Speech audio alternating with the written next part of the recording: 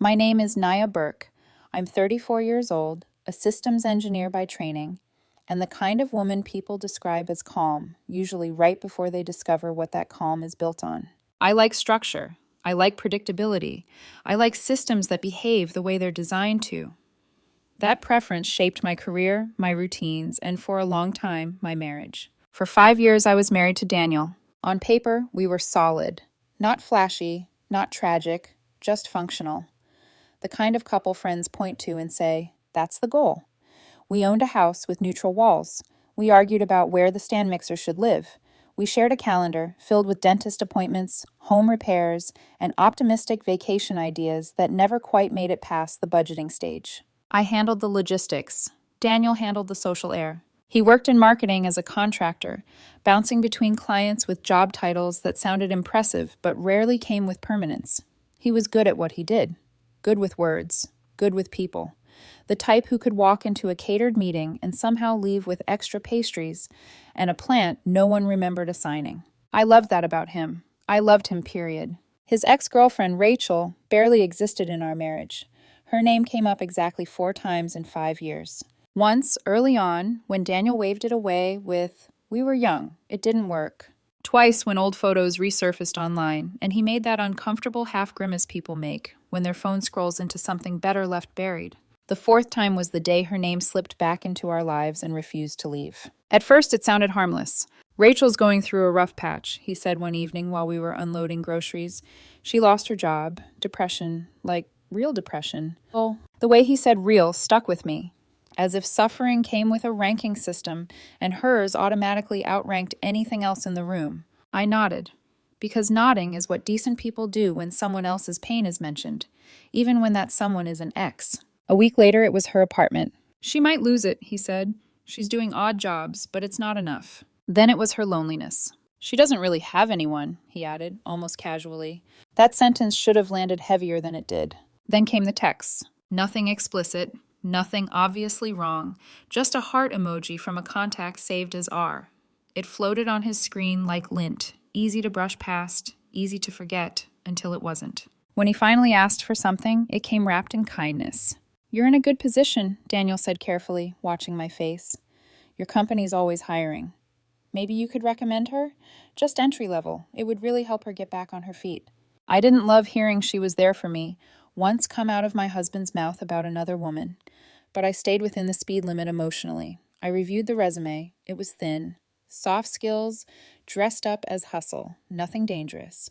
I forwarded her name to the staffing vendor with a note that was professional, distant, and intentionally unenthusiastic. That should have been the end of it. It wasn't. Rachel got the contract. Daniel was grateful in that loud, performative way that turns a private favor into a public virtue.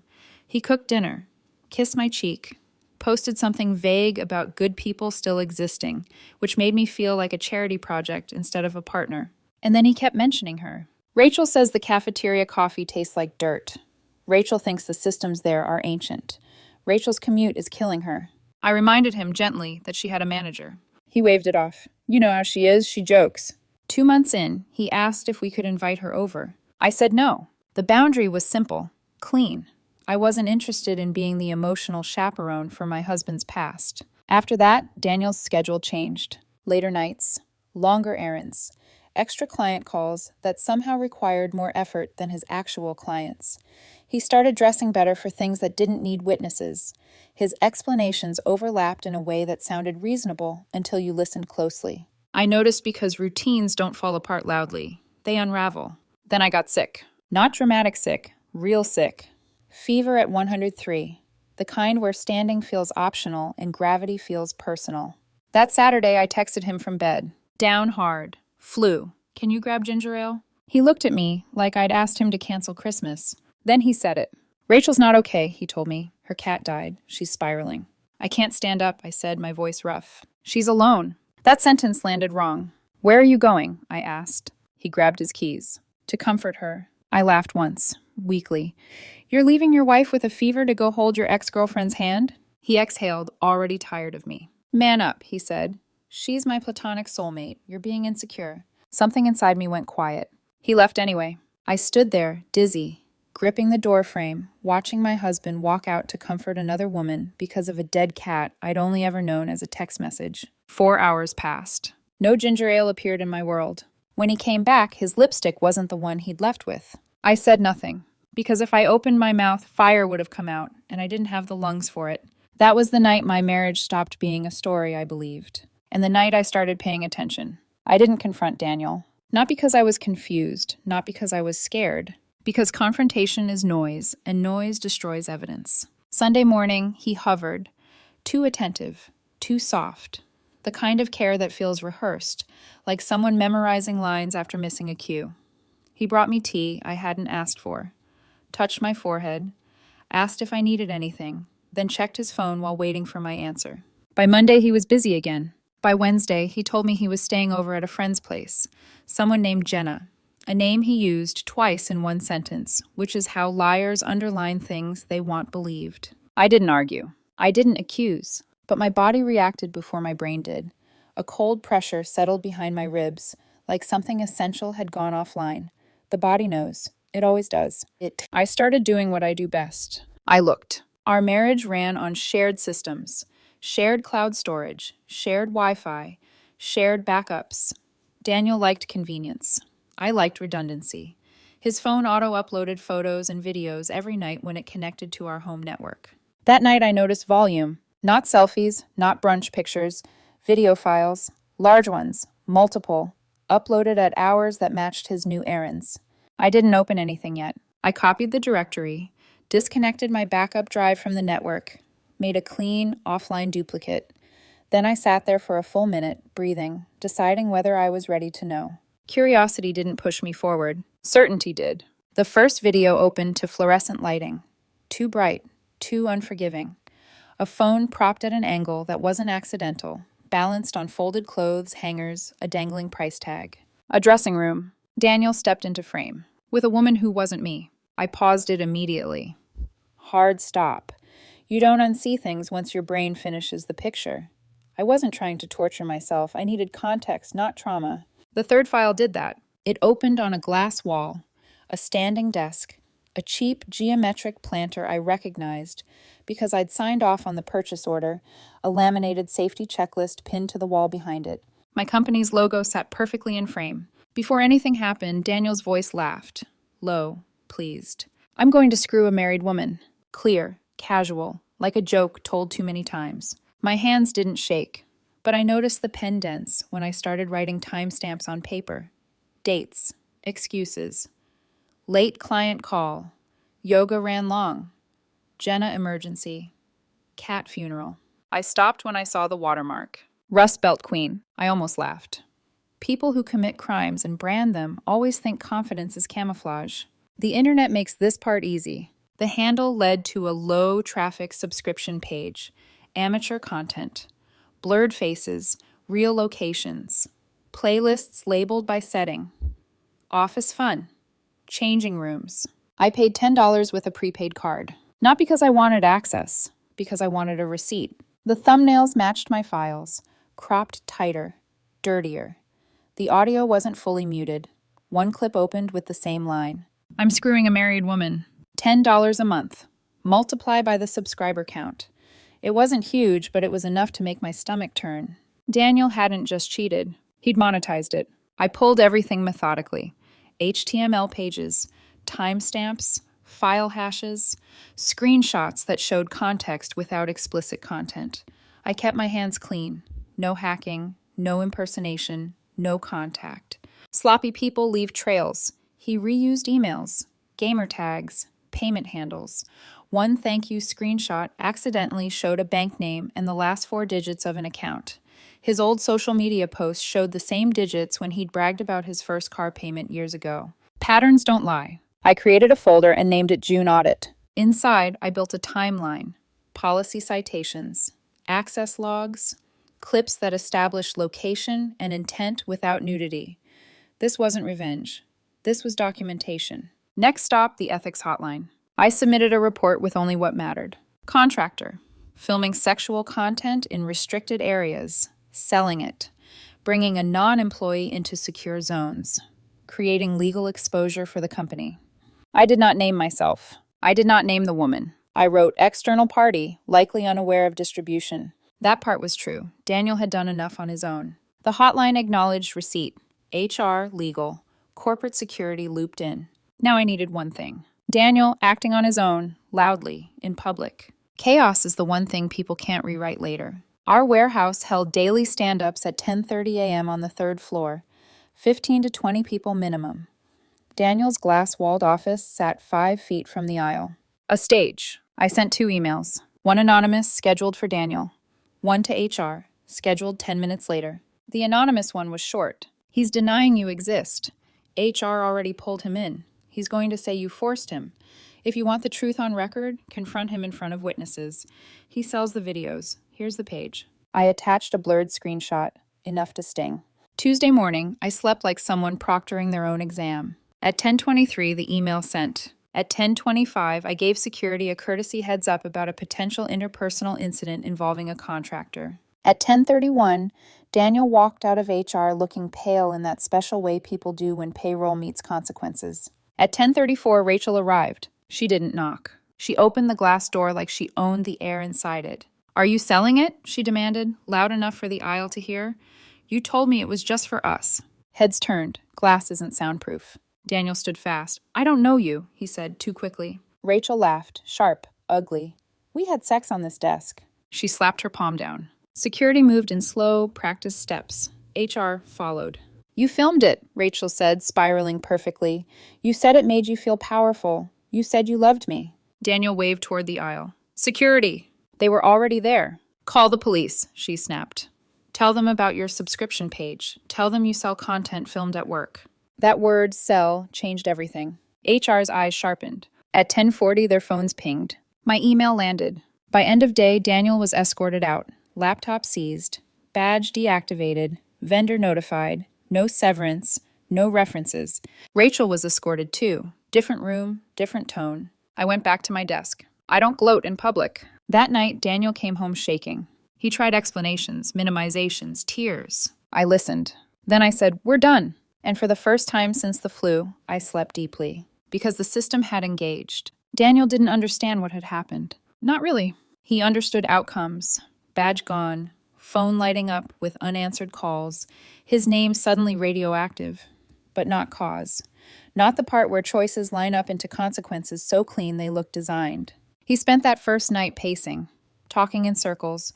Trying different tones like keys on a ring. It wasn't like that. She manipulated me. I didn't know she was selling it. I thought it was private.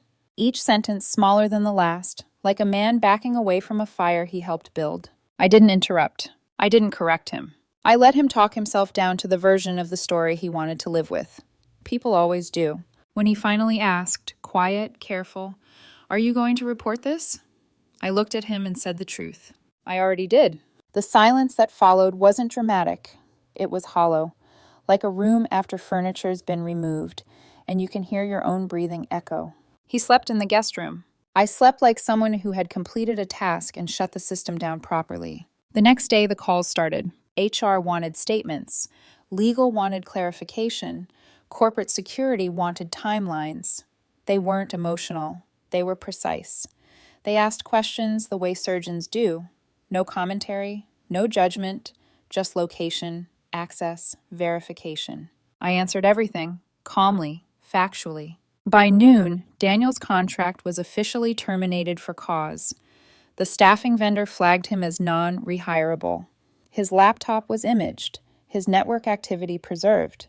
Legal used words like unauthorized recording and commercial distribution without drama, which somehow made them heavier. By 3, the platform hosting the videos froze his account pending investigation.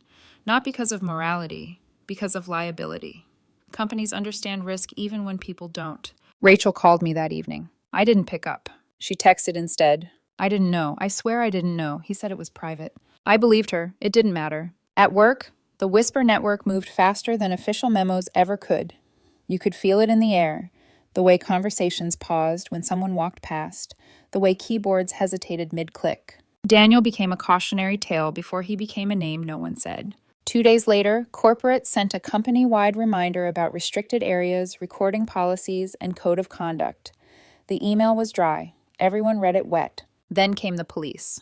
Not sirens, not drama, just two detectives who treated the situation like exactly what it was: unlawful distribution of intimate images filmed in prohibited locations. Rachel was contacted as a potential victim. Daniel tried to spin it as role play, art, mutual consent. The detectives listened, nodded, then asked about monetization, location permissions, and consent for distribution. That's where stories collapse. He was charged, not with everything, but with enough. Probation, fines, mandatory counseling, forfeiture of earnings, a no-contact order, a permanent ban from the platform that had paid him $10 at a time for my marriage. At home, Daniel tried a different tactic: remorse. I made a mistake, he said one evening, sitting across from me at the kitchen island, like this was couples therapy and not a postmortem. Years don't just disappear. We can fix this. I looked at him the way you look at a GPS that insists the lake is a road. We're past mistakes, I said. We're in a sequence of decisions that reveal who you are. He cried then, quietly, like someone who knows crying won't change the verdict, but hopes it might soften the language. It didn't. We had a prenup, not because I expected betrayal, but because I believe in guardrails. It had an infidelity clause, simple, practical. No spousal support in the event of cheating. He tried to argue semantics, tried to redefine cheating as confusion. The judge didn't share his creativity. I filed citing adultery and irreconcilable differences, attached only what mattered legally. No videos, no spectacle, just documentation. Clean, surgical. Rachel tried to apologize again. Longer messages this time. She talked about being used, about regret, about humiliation. I understood all of it. I still blocked her. Because understanding isn't the same as reopening a door. The divorce finalized faster than people expect when paperwork is aligned with reality. I kept the house. My retirement stayed intact. Daniel kept his car, his personal accounts, and a box of things he said he'd sort through later. He moved out quietly. The night he left, I changed the locks, reset the router, deleted the June audit folder, and emptied the recycle bin. Not because I was pretending it didn't happen, because the system had done what it was built to do. And I didn't need the evidence anymore. The quiet after Daniel moved out felt unfamiliar, not lonely, just unoccupied.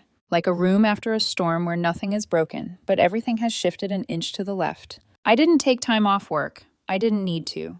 Structure is stabilizing when you let it be. Mornings returned to predictability: coffee, calendar, commute. The difference was that no one else's chaos bled into my systems anymore. At work, the fallout continued without me. Daniel's name became a cautionary whisper. His case was folded into training examples without ever saying who he was. Don't be this person. Restricted areas are not suggestions. Consent ends at distribution. HR replaced the glass-walled offices on the 3rd floor a month later. No announcement. Just quiet construction and the sudden absence of fishbowls.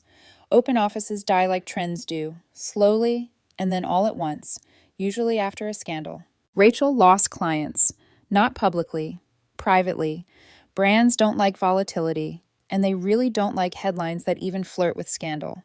Her rebrand attempts didn't outrun search results. Google doesn't care about intentions. Daniel tried once more. An email. Carefully written.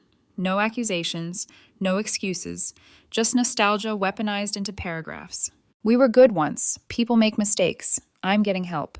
I read it once.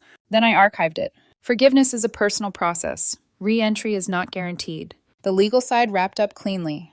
Daniel took a plea. Probation. Community service. Mandatory counseling. He avoided the worst classifications, but his future interviews will always have pauses he can't explain away. I didn't attend the hearing. I didn't need to see accountability to believe in it. What surprised me most was how quickly my body adjusted once the threat was gone. Sleep came easier. My shoulders dropped without permission. The constant low-level vigilance I hadn't known I was carrying finally powered down. Peace isn't loud. It's efficient. 6 months later, my life looked almost boring from the outside. Same house, same job, same quiet mornings. But the difference was ownership. I started running again. Not to outrun anything, just to feel my lungs work without resentment. I cooked dinners I liked instead of meals negotiated around someone else's moods. I ate at my table without waiting for texts that explained absences. I dated carefully. No trauma dumping. No revenge dating. Just conversations. Boundaries. Honesty so plain it felt radical after years of packaging. I met someone kind, not extraordinary, not flashy, just honest in the way that doesn't ask for applause. He thinks choosing trash bags is a discussion worth having. After everything, that felt like gold. Every once in a while, someone new at work asks about the rumor. Is it true someone got fired for?